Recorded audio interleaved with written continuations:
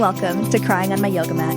My name is JD, and this podcast is all about building a community where, alongside amazing guests, we have real conversations about the low lows, celebrate the highs, and everything in between. I know what it's like to go through life feeling stuck and powerless to do anything about it. Here, you'll meet yourself where you are and learn tangible tools to help you become who you want to be, while honoring the journey. You've gotten this far, so let's keep going together. Take a deep breath and let's go.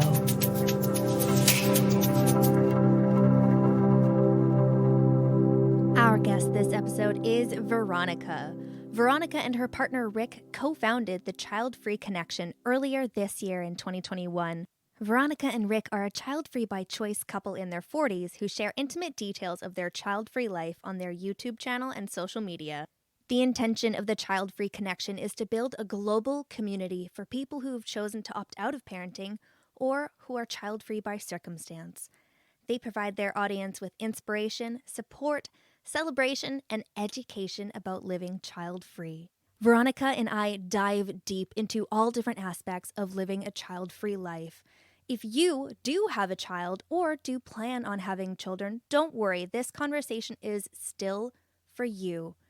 We talk about how we can each engage respectfully and with curiosity. I am ecstatic for this conversation, so I'm not going to delay you any further. Let's hear it. Hello, thank you for joining me.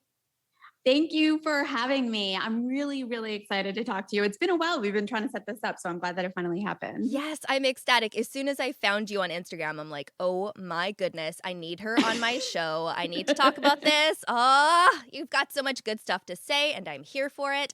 What are you feeling today?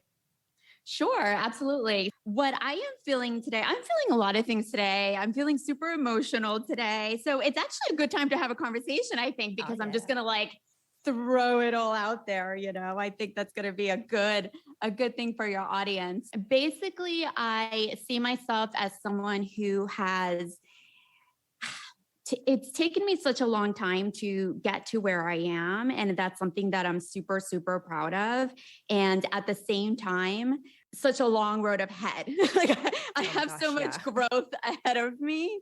So although I am proud of how far I've come, I feel like it's such a never-ending journey of self-growth and self-development and self-help. So I'm excited to be on this journey in my life, but it just never ends. It just never ends how much we can learn about ourselves, about the people around us, about our lives, about society. So it's definitely a journey that I am excited and proud to be on. And I'm also super curious, what's coming around the bend, because you just never know how life is going to change your perspective, your feelings about yourself, and just about where you're headed in general, right? But life just makes such interesting twists and turns. Absolutely. And I'm constantly grateful that we don't have to be alone in that journey because, oh my goodness, there's just too much for one person to handle by themselves. It is, absolutely. And I think part of the journey, right, is surrounding yourself by people who are on this journey with you. Even though they're on their individual journeys, they're willing to take this path of self-realization, introspection. When my friends and I get together, sometimes it feels like a therapy session because we like to get so deep. And I really appreciate that, because I love to have fun, obviously. And I love to have a good time and hang out, but sometimes I really just need those deep conversations and to talk it out with other people. So I find that to be really helpful. Yes, absolutely. I think there's so much depth to relationship when you're able to just get to the heart of it, the real truth of it. And it's so important to be able to have different types of friendships where you can have fun with some friends or even certain friendships that hold all the container for you. It's just so juicy. It really, really is. And I love that about friendships, like you just mentioned. I love that there's the people who love to go out and dance. And I love the people that, I had a bad experience and I'll go over there and I'm like, I need your crystals. I need Reiki. I need you to do a ceremony on me so I can get rid of this, So it's so nice to have that variety of options. I love it. Oh, yes, absolutely. It just really speaks to how much we can grow our resources too when we really like diversify the people that we hang out with. I don't want everyone that has the same knowledge that I do. Like I need people who Exactly. know things that I don't. Exactly. I was just over my friend's house yesterday. I had to go pick something up. She is one of the most she never stresses. Like, I mean, obviously she stresses, but I never really see her stress. She's really calm, she's really collected, she's really in flow with her life. And I walked in and she was making a chicken. She was trying to roast a chicken. And I've never seen her, I've been friends with her for 20 years. I've never seen her this stressed before. And she always says how she's stressed while cooking. And she was just so stressed out about trying to cut this chicken. Was it right? Was it wrong? And it just made me think about it. It made me giggle when I left because it's so funny how we're all here for a purpose and how we're all so in flow with what we're passionate about and out of flow with what we're not, but we still have to do all the things, you know? So Yes. I don't know. It just her stressed out with that chicken just made me laugh. That's so because I've never seen that side. You know? Oh, that's great because that right there is like to me the embodiment of what crying on my yoga mat is. It's we got to do the stuff and like we Exactly. and she's just crying over her chicken. Right, exactly. So it just made me laugh. Yeah, I love those moments that just made me think and appreciate life. While we are on this, we may as well get right into it. What is your crying on your yoga mat moment? I thought about this because obviously we've all had quite a few crying on my yoga mat moments, but this one was really significant being a child-free woman and trying to make my decision to whether or not I was going to have a child. Obviously, it's a life-altering decision. So early in my 20s, I had made the decision to not have children. And foundationally, my reason was lack of desire. I had a big list of reasons. Foundationally was my reason was lack of desire. I didn't really feel pull towards motherhood. And another reason was I really understood that I had experienced some childhood trauma and I really to focus on my personal growth and development. And I knew that that had to be a focus for me, among other reasons, free time, finances, etc. But those were two really core reasons for me. And when I got to be in my early 30s, I was married to my ex-husband at the time. And that was when we were really getting the most pressure. That's when people are asking, okay, you know, now you're married, you bought a house, when are the kids coming? That's the natural next question. So at this point, I started, just because society forces you to do so, I started reevaluating my decision to make sure that I had made the right one. And I started feeling some doubt, and then everyone's telling you you're going to regret it. So it was really a time for me to investigate my choice and why I had done it. And the best way for me personally to do that was to go back to my childhood and see, am I making this decision based on my personal experience? I had to think about that quite a bit. And just to give you super quick background, I was born in Argentina, and my parents, like millions of other immigrants, came to the US for a better life. So at the time, we were really struggling. My dad came for a few years first, then my mom came for a few years, and they tried to save up money to get me and my sister here. So once we got here, you know, we didn't have much money. We didn't speak the language. It was a real struggle. So my memory of life, my childhood, was that life is hard, it's complicated, it's challenging, it's tumultuous. My parents really disliked each other very much. It was a complicated environment. And I was wondering to myself, is this affecting my choice? So I had, you know, fast forward to my 30s, I really had to ask myself two serious questions while I'm on this yoga mat, because I also became a yoga teacher around that time, which is ironic. So good.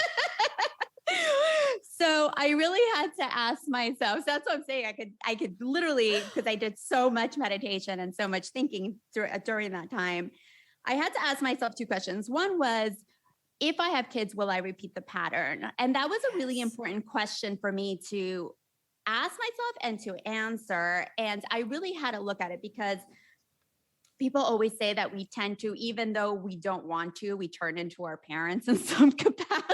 Yep. And I was fully aware of that because I was already showing characteristics of my mom that I'm not fond of, and I see them sneaking into my personality. Yes, ma'am.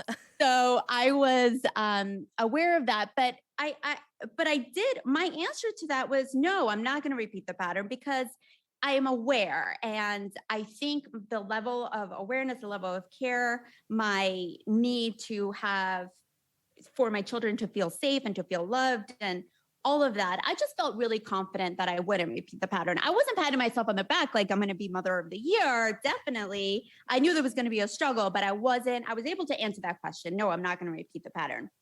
And then the second question I had to ask myself is, would a do-over help me heal my childhood trauma? Because at that point, I was thinking, am I going to be okay dying, I never have experienced what a healthy family unit feels like. Gosh, yeah. And I would get glimpses of it by going to friends' houses. My ex-husband's family was also in a really healthy relationship. So I felt, wow, I'm never going to really get to experience love and hugs and communication and understanding and fun and vacations and trips and game night and everything I had seen on TV, I had seen on my friends' houses. So I logically, for a very brief period of time, a few days probably, had convinced myself, yes, I should have kids so that I can redo that experience and do it better and do it safer and do it in a place of love. And I really convinced myself that that's what had to happen. And what ended up happening was that my gut, even though my brain had logically come to this conclusion, my gut and my heart were still telling me, no, this isn't what you need. This isn't right for you. So I had to dive into that a little bit more to understand it. And that's when I really started crying on my yoga mat, because that's when the realization came that I didn't have to have kids. I didn't have to redo what had gone wrong, but rather I could just do it for me as an adult. Like, why can't I have all that? I can still have fun. I can experience love. I can have see, I'm going to cry. Oh, please do, because then I'm going to do it with you, and I'm very excited for that. I need to have a partnership that is healthy. I need to surround myself by people who will love me. It was for me. And once I came to that realization that it was about me, it really sat in that my gut and my choice to be child-free was right for me. And see, I'm crying now. That was my crying on that realization was huge, was really such a pivotal moment, because not only was it a pivotal moment, me deciding that motherhood wasn't for me, but it really catapulted me to the next stage of adulthood. That was my beginning of starting to let go of the past and really discovering my future. That is so incredible. And I'm so grateful for you to share that experience with us, because that just gave me the biggest sigh in my soul. And oh my goodness. One, it's nice to not be alone in that struggle, because I just turned 30 this year, very recently got married for the second time.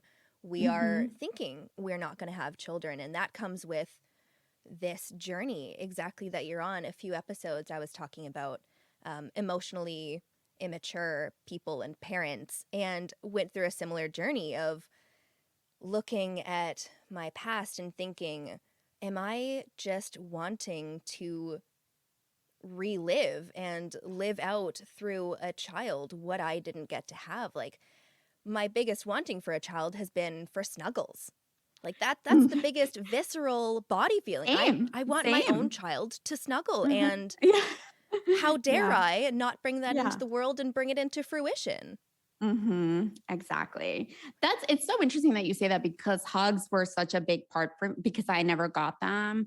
And it was so important for me to give them, right? But I can give them to my partner, to my friends, to my family, to my dog, and get just the same fulfillment. And you know what it is? It's interesting because when you tell people that you have made the choice to be child free, or when I have told, and a lot of people in our audience have tell people that they decided to be child free, you almost feel obligated to have this slide deck presentation ready of your reasons why. Or if you're very quick, if you're early on in your decision-making process, you have the caveat of, but we're willing to change our minds just to get them to shut up. Just to get them to shut up. I know. It's so interesting. It is so interesting. So I think that is a lot of the reason that you have to list these reasons. Like our first video we did was reasons we decided to be child free, because we knew that was an introduction, because people need to know, because they just don't understand it. They can't comprehend it. And I actually can understand why they don't understand it. Absolutely. I understand that if you have a baby, a child, 2, 3, 4 kids that you're absolutely over the moon about, that you love them so much, you cannot, it's nowhere in your brain or your heart, your soul, can you comprehend that someone is going to opt out of that. And it's so hard for a parent to understand that. So I can understand why they don't understand us, but our mission for the Child-Free Connection is for other people to understand us, because that's just equally as important. Yeah, and it's not even about making other people feel bad or guilty about the decisions that they've made. It's just understanding that everyone deserves respect in the decisions that they make for themselves. Absolutely. It's about respect, understanding people's choices. It's unfortunate. We actually had to talk about it a couple of weeks ago because we were getting so many DMs and comments from parents feeling that we were attacking them. Oh, no. even though in our content, anybody who goes into our YouTube videos or our social media, we say we like kids, and we don't say it just to make people happy. We actually do. Some child-free people don't like kids, and that's completely fine as well. We're completely respectful of both choices. We talk about that we advocate for choice, that we're celebrating ours, but we advocate for choice. Yes. Because we've also had people message us, they're on the fence, and I'm not here to try to change anybody's mind. I'm here to support you 100% in either direction. I'm just telling you what my path was, and you can do that with what you want, right? That's the intention here. So we were getting so much negative feedback from parents, so we decided to do a video on where is this competition stemming from? Why does it exist? So we really had to dive into it, and really it's just about, we're taught divisiveness from day one, right? Like you're taught, you choose a team, you choose your favorite color, you choose it. We're always choosing. And then not only are we choosing a side, we're taught to really fight for that side as hard as possible. So if you believe in the side, you naturally are against or don't believe in the other side. So that's foundationally divisiveness. I mean, we've seen it so much in the past couple of years. So foundationally it's there. And it just became so interesting to me that people would think just because we're celebrating our choice means that we're putting yours down. So we really had to dive into that. And just yesterday, one of our audience members messaged us that she's been sharing a lot of our content on her social media, and her friend of 20 years sent her a message to end the relationship because she's a parent and she feels attacked. And it's so, what? It made me, yeah, exactly. And it's so That's heartbreaking. It's heartbreaking. I have such an issue with, divisiveness and dogma, and just holding on to your belief system and just not seeing what other people are trying to say. It's so, because that's one of those situations where 20 years of friendship, you know someone's character, you know who they truly are, you know that Right. they're not if they were going to come at you, they'd come at you, not through Right, their exactly. Instagram stories. Right, right, exactly. And it's interesting because I have best friends that are moms, and I love their kids, and I hung out with them. I just went to New York and spent some time with them and their kids and their families, and they're completely supportive of what Rick and I are doing. and they're respectful of it and they understand it. But for some reason, it doesn't translate for everyone. So that's the hope. I think that by advocating and educating people on this lifestyle choice, hopefully eventually people will not feel attacked in any way. Yeah, I'll make sure to link in the show notes that specific video that you were just talking about, because I think that'll be super that'd be useful great for people. Yeah, absolutely. What I'm really looking for is help for those of us that are in the midst of making that decision, and how we hold ourselves during making that decision, and the ways in which we can become secure in that decision. So the things that you did that had you sigh and be like, yeah, okay, this is what to do. I tell people this all the time, and it seems so simple, yet it's so complicated, is that I remind people when they tell me that they're in decision-making process, that choice is yours and yours alone. And the only way that we can make a choice about our lives and what brings us true joy and fulfillment is if we quiet everything around us. And I know that seems like such a simple piece of advice, but it's really difficult to do.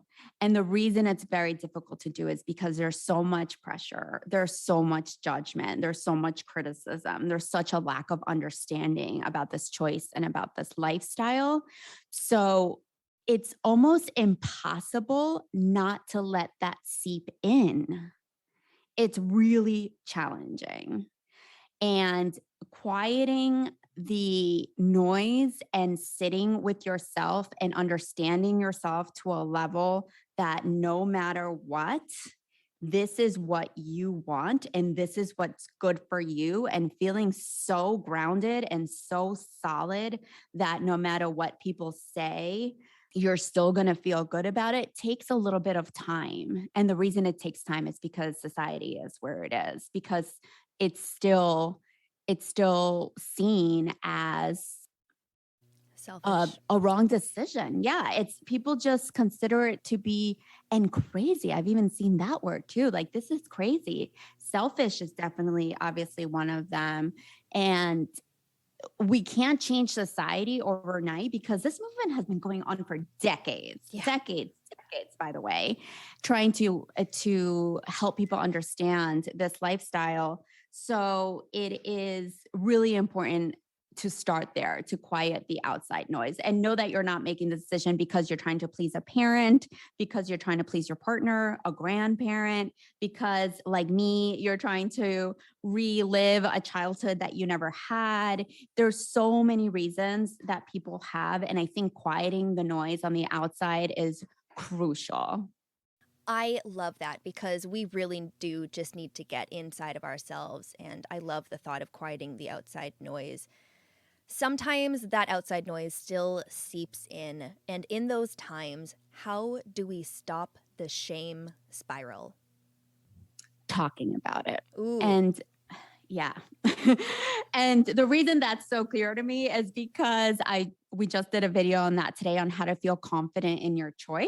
And that was my main tip in that video, is to talk about it, because I speak from experience. I'm 45 years old and I just started talking about it. Yeah. And it has lifted so much weight off and now I can't stop talking about it.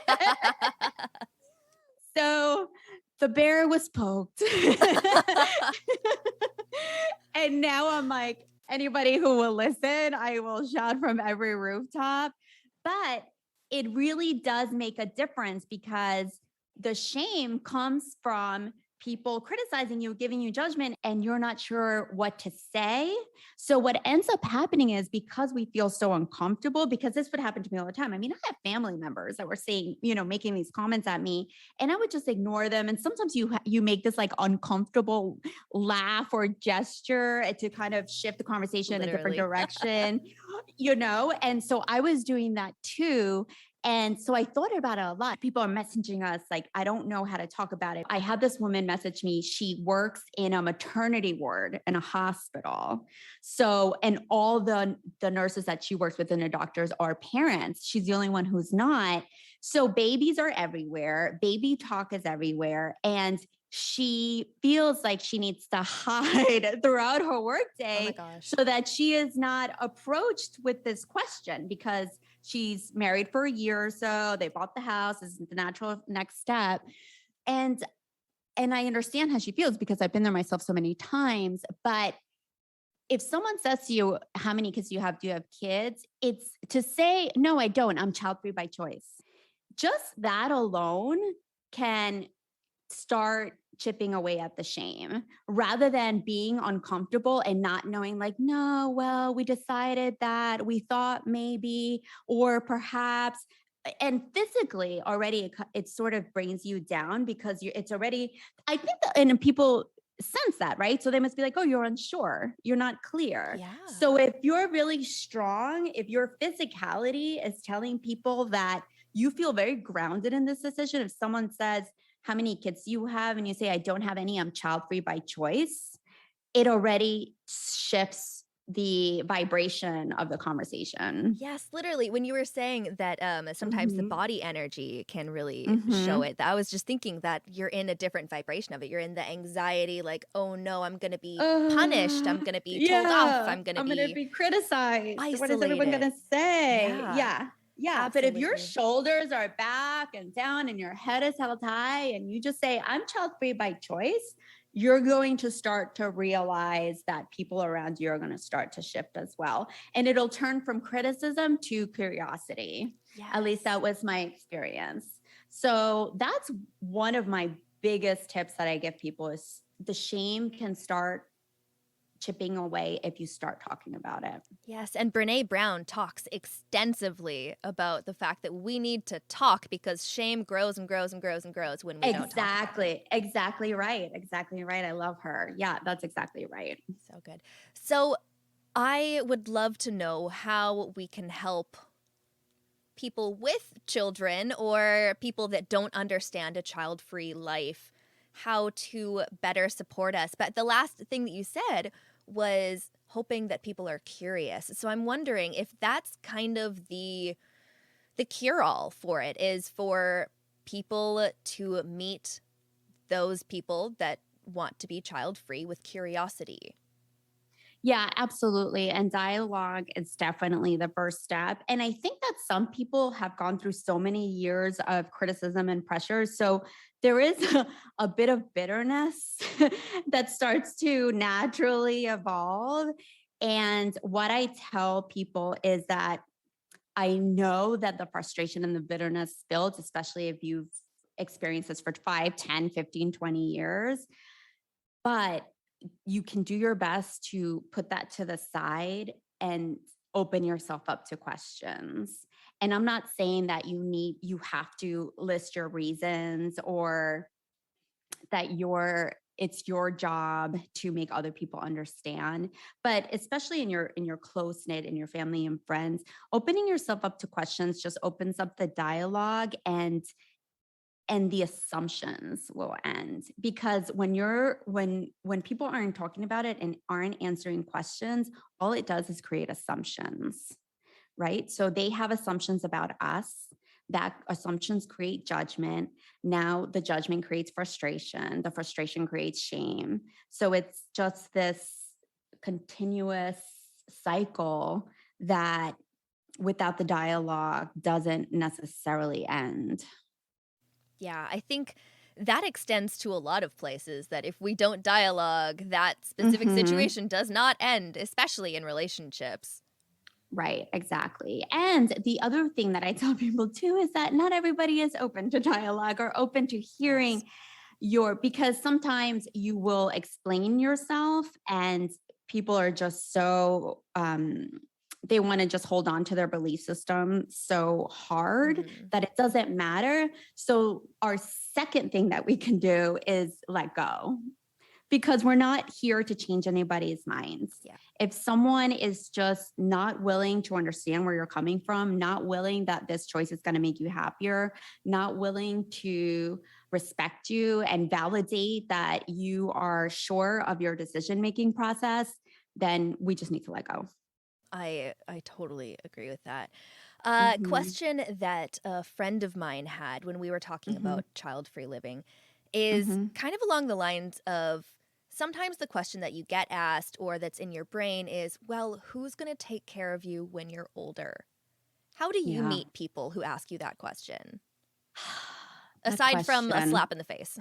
Yeah.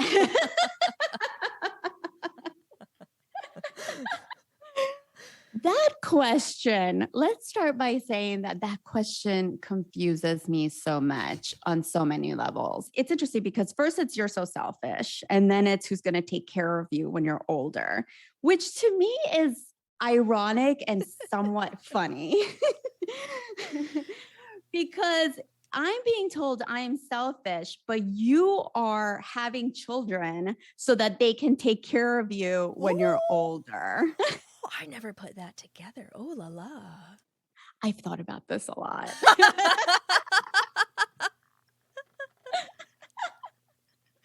That is such a true point.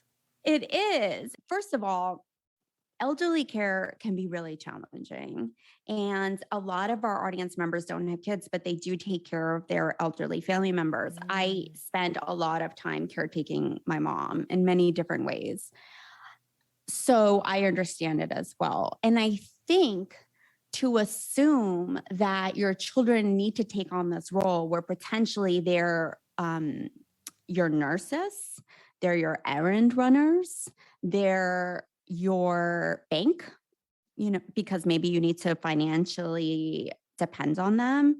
And all these reasons, is it just me that doesn't click for me? It doesn't click that I should have a child so that they can have this giant responsibility of taking care of me.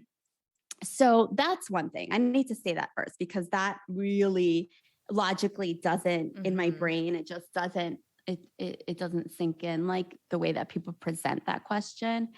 And then the second thing is that there is quite a bit of data out there, and we've even had people in our audience that work at elderly care facilities. And a high percentage of these people have children who don't visit them Yeah. and who don't take care of them.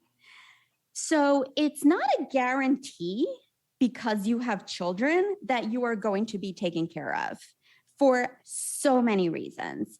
God forbid something happens to your kid, Yeah. right? What if your child moves to a different country, a different state?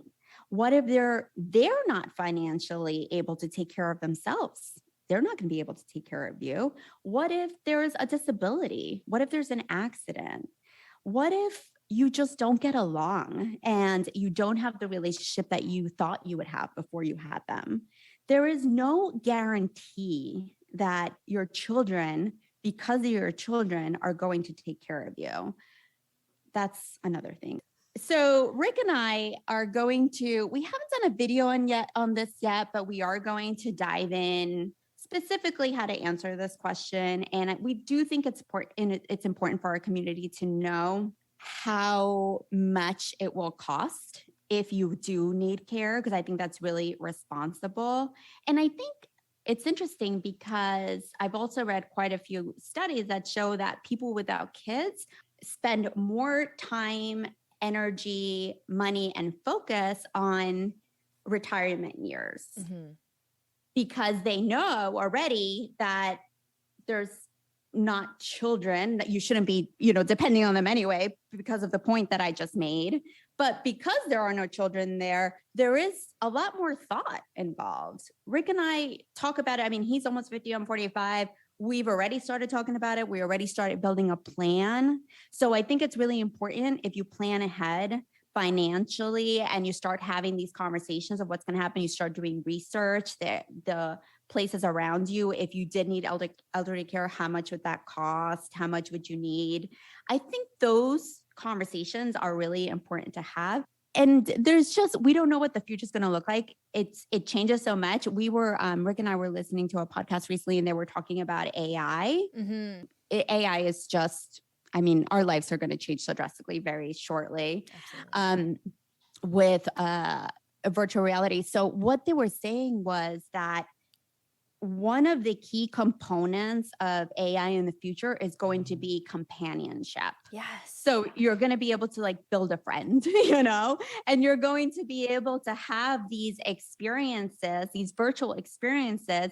You could have a dinner with 5 people who don't exist because you're just putting your goggles on. And I'm just saying that I know it sounds ridiculous right now, but when we were listening to the podcast, what the person said was that they do have elderly in mind, because for elderly people who don't have children to visit them, and they're trying to find how can the technology and companionship merge so that elderly people don't feel so alone. So that's just a whole other area that I think so too. I thought so too. That's why it really resonated with me and it stuck in my head. And I'm like, that's really interesting, because we don't know. Life is changing via technology so drastically that we don't know what that feels like. Even with my mom is 75 years old. She's in Florida, but with FaceTime, we were able to get through 2020 so much better if we didn't have it. She was able to feel not so alone. So we can only imagine in 15, 20 years what's going to happen then. I really love your point of, instead of living with the fear of, oh, what is going to happen when I'm older, planning for it, doing the research and getting that time and that money and that effort prepared that you need to do. That's really nice, because I know sometimes for myself, when I'm worried about things, I don't do the research. I just sit there like, oh, I'm so scared. We freeze and worry. Yeah. Absolutely. We freeze and worry. And it does help, because if you start, wherever we live, whatever country or state you're in, it's good to know. Look up your local nursery homes, care facilities, or now, a lot of elderly people have people coming to their homes to take care of them. Is that included in your insurance, depending on what country you are? How much does that cost? And that's actually going to start relieving a lot of this pressure. Like you said, the planning is really going to start making you feel better about it. And also, you don't feel like you're putting this giant burden on anyone. And I have a lot of friends, because my friends are in their late 40s, 50s. So their parents are now in their 80s for the most part. And it's challenging. They're having a really hard time taking care of their parents for a variety of reasons. Absolutely. Yeah. I wonder if you're able to speak to the people that originally did have some hope or desire to have children, but then come to the child-free life, whether by choice or not. What's a word of encouragement that they can just take into their being and their lives? I actually have a lot of close friends that are child-free by circumstance, and it is quite a different journey, absolutely, for a lot of reasons, whether it was emotional or physical. It's just such a different experience. But I have had to ask them, like, how do you land here and enjoy your life this way, which is not the way that you had planned? And I think everybody's very different, but the people that I have spoken to and feel really good about it have said to me that finding joy, when we cling to one thing that's going to give us joy, we're limiting ourselves, right? Because if we don't have that one thing, then joy is gone. So once you realize that you can have joy in your life with other things, that not one thing is powerful enough. You know how some people think if they're not in a relationship, they can't find joy? Yes. It's sort of the same concept. So once you realize that joy is present inside us, we just have to find it. You're able to let go that this wasn't your only source of joy. Perhaps this was something that you thought could be part of your joy pie, but it's not what you're fully capable of. Not only do you start finding joy in other things, but you start opening yourself up to things that bring you joy that maybe you would have not opened yourself up to before because you were so focused that this one thing was going to bring you joy. I don't know if that makes any That sense. makes total sense. One of the reasons Yeah. I'm so grateful for this conversation is for Mm-hmm. my partner to listen to it, quite honestly, because we are Mm-hmm. still in the depths of it. And he has nieces and nephews, and it's hard to Mm-hmm. watch your siblings parent and not become one yourself. And Yeah. it's for me, I grew up an only child and became a sibling in my 20s. So Oh, by the wow. time I could have had a child myself, my father was having a baby with his new wife. So that was a huge hit for me. My mom never saw much maternal instinct in me and would let me know that, which gave me a certain psyche, which made Mm, me worried. And then, of course, as you, I didn't want to follow the pattern. Becoming my mother was one of my biggest fears. And then my dad having a kid in my 20s. So here I am at 30, like, I don't have energy. I just I just don't I keep myself alive as well as I yeah. can, and that's about all I can muster right now. Same, same. And you know what I think is important that I thought about this the other day and I want to mention it on either social media or do a video about it because I want to just point out, I think this is important. There are times throughout my life that I will see a very sweet parent child moment. And I have this little feeling In your uterus. inside me Yep. Mhm. that's just like, I'm like, oh, so sweet, right? Like it's so, or if I hold a baby and I smell it, and I'm like, so sweet, but it goes away. Mhm. It goes away. It goes away very quickly. As soon as you smell that dirty diaper or hear that shrill scream, it's like, yeah, okay. It goes away. And I think that that's, and I've talked to people that are like, oh, but sometimes I have this, and I'll ask them, I'm like, but does it linger on for weeks and months and years and you just can't let it go? They're like, no. By the time I get home, I'm like, oh, I'm so excited to be home, and I'm pouring a glass of wine and then putting on my Netflix show. And I'm like, right, exactly. Like it's just our biological, some of us are maternal, some of us aren't. Some of us have that instinct, or you're just a human being. If you see love, like we talked about before, like witnessing love and joy, it's beautiful to see. So it's natural to, for that one moment in time, to think like, ah, but you have to understand that it's just a fleeting moment. At least for me, it is. And for the people that I talk to, you know, because I do say, if it's something that you can't let go of and you can't stop thinking about for months and years, and you're still thinking of that one moment, that's a completely different story. But there is nothing wrong with having those little sweet, you watch a movie and you're like, so it would be so cute, you know, and then that's it. Yes. Oh, that's so important. And it's so Yeah. wonderful that we get to garner those emotions and those feelings in other areas of our lives. Like we get to be Yeah. the best aunties and uncles. Oh, And I it's know. so much fun. Like I have way more energy for those kids than I Me would if I too. had 5 kids of my own. Me too. Me too. And it's so important for children to have child-free people in their lives because they really do bring such a different perspective.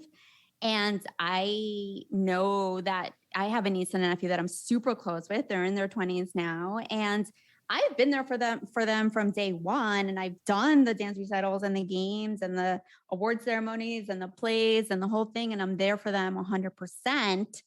And I love the relationship that I have with them, and I'm completely fulfilled by it. I would do anything for them, but it was just clear to me that it wasn't for me. So I think we just need to understand ourselves and understand our feelings. You know, if I'm with my niece and my nephew, I love them, I'm experiencing this, I really like it, but it doesn't mean that I need to have my own. So we really need to just understand and make distinctions like that. Yeah, and it's fun to be able to, when making those distinctions, thinking, okay, what can I do here? So we bought stand-up paddle boards this summer, Oh, and love we it. are so excited to get our nephews on them when they're old enough to Mm-hmm. be on it with us. And that's good. Like that helps heal a little bit because we know Mm-hmm. there are certain things we're not going to experience that child's firsts of, Mm-hmm. but we still get to have the richness of spending time with them and showing them that they're worthy and all the things that only we can uniquely teach them. Right, exactly. And it's true because I had this conversation with my niece the last time I visited her, coming from such a non-parental place. And even with your parent, you can have these, obviously, if you have a good relationship with them, some parents are best friends with their kids, and I completely respect that. But there's still that parent umbrella that you're both living under. And to be able to talk to a child or a teen or someone in their 20s or older and have these conversations with any non-parental perspective, I think it's really important and really beneficial to us and them. Yeah, I think it's so valuable for people growing up to have spaces that they will not be punished in. Yeah, exactly. Absolutely. 100%. And it's also important. Rick and I talk about this quite a bit because we work on a relationship a lot. You've got to. We do. I mean, we have to, if there's a problem, like we have to figure it out, and sometimes we can't figure it out and we still need to. And do we need to talk about it again? Do we need to readdress it? Do we need to bring our couples therapist? So we went to couples therapy for a few years, and she was a miracle worker and completely changed our relationship for the better. We love her. And sometimes, we're having a problem that we can't break through. So she's on call, we're like, we need to talk to you because we can't figure this one thing out. And then we talk to her and she gives us this great new perspective. We're like, oh, that's why we can get through it, and it's usually, past trauma, past, all the past things that you bring into a relationship, but having that time because I've talked to my friends that have kids and they've told me it's really hard if you get into an argument or a fight, if you can't figure something out, it's challenging and I'm not blanking statement this, by the way, I know that it's not everybody, but it's especially if someone has full-time help or they're not going to have this problem necessarily, but it is challenging to make the time to sit down with your partner and say, what's going on? Things aren't good. What can we be doing differently? What should we be reevaluating? What are we looking at here? And Rick and I really value that. We find that to be so essential for our relationship to grow and to thrive and to feel good. And that's definitely such a bonus and a perk of being child-free, is focusing on your relationships and also the relationship that you have with yourself, most importantly. Yeah, that's the biggest one for me that's a big reason that I have any fear in becoming a parent, is thinking if I would lose any of myself in not having time to do the things that I need to do mentally. Yeah, I'm high maintenance when it comes to my mental and my spiritual growth. Oh, hell yeah. If I'm not good, I need a retreat, I need Reiki, I need my therapist, I need crystals, I need some sort of whatever healer wants to come and heal me. Right?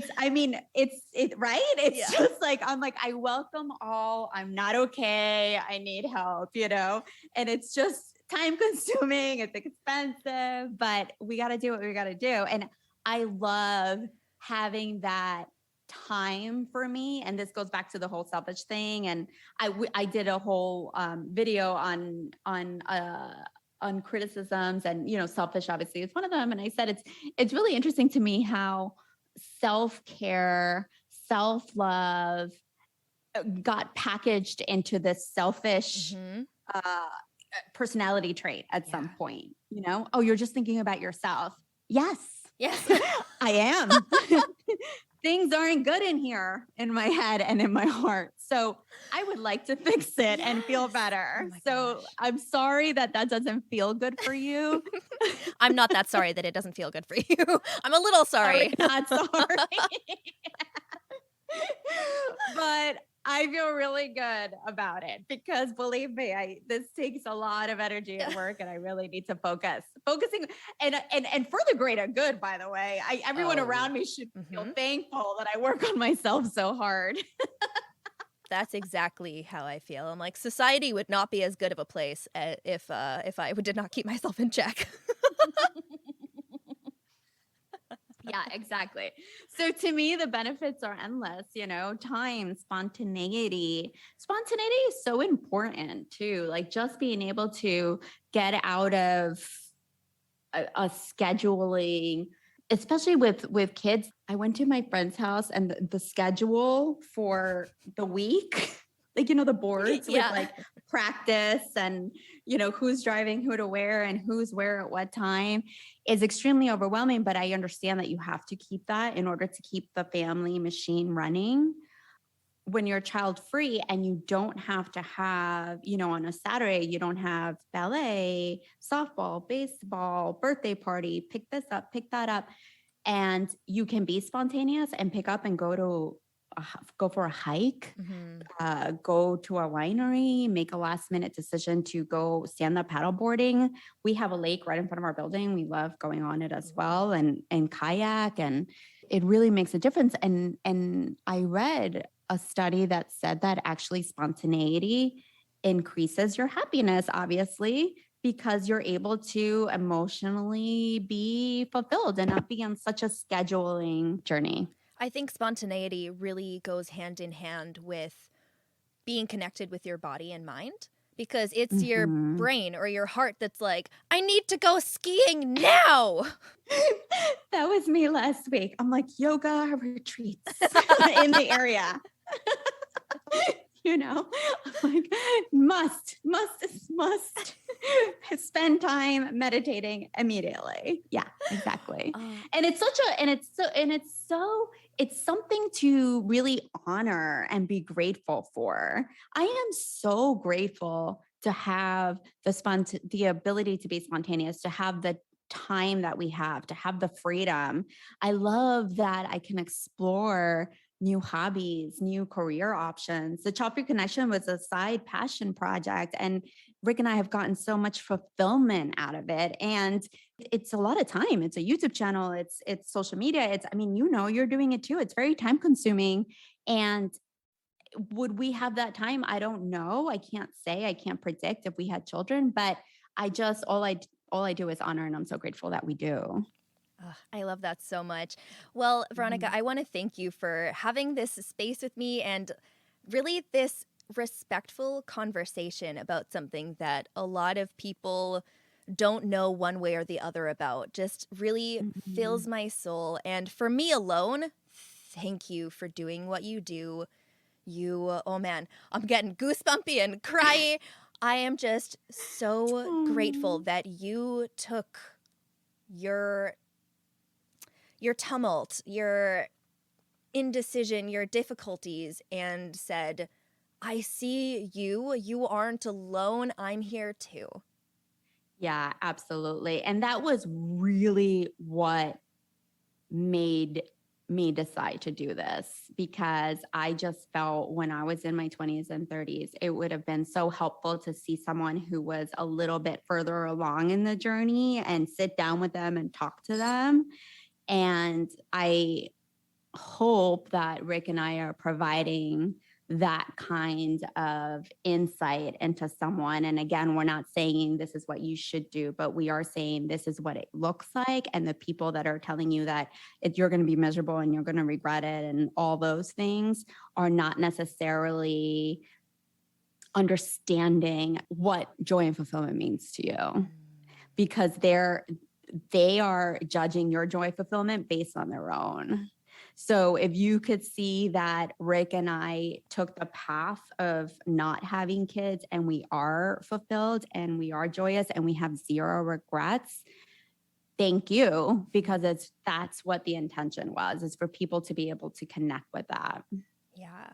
Where can we follow you on social media? How do we engage with you and learn more about the Childfree Connection?